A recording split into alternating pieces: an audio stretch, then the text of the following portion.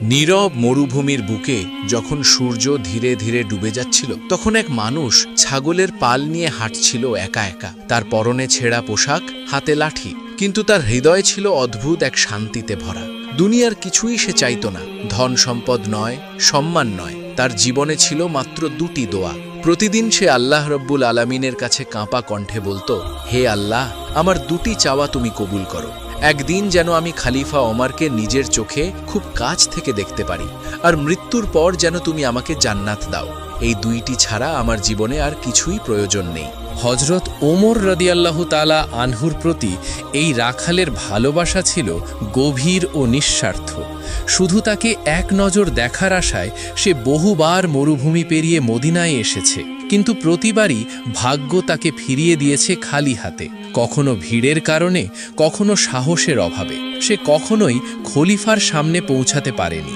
দারিদ্র্য, মলিন চেহারা আর পুরনো ছেঁড়া পোশাক তার মনে গভীর সংকোচ তৈরি করেছিল।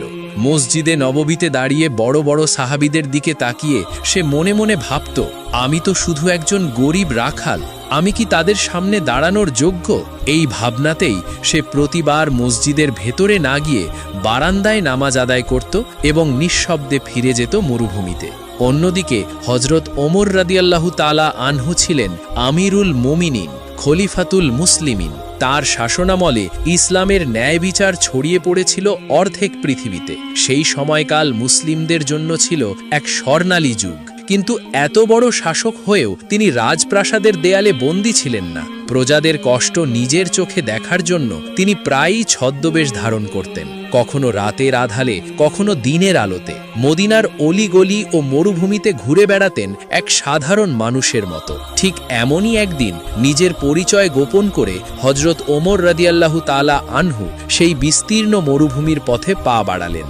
ওমর রাদিয়াল্লাহু তাআলা আনহু একাকী মরুভূমির পথ ধরে চলতে লাগলেন। প্রচণ্ড রোদে তার তৃষ্ণায় গলা শুকিয়ে আসলো। ওমর রাদিয়াল্লাহু তাআলা আনহু খেয়াল করলেন, অনেক দূরে কিছু ছাগল এবং একজন রাখালকে দেখা যাচ্ছে।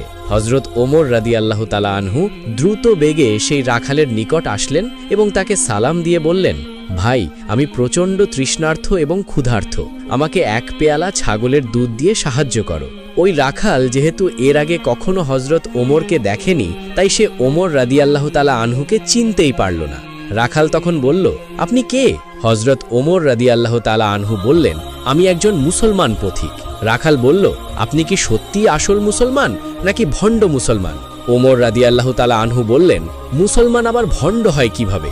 মুসলমান তো মুসলমানই। রাখাল বলল, আসল মুসলমান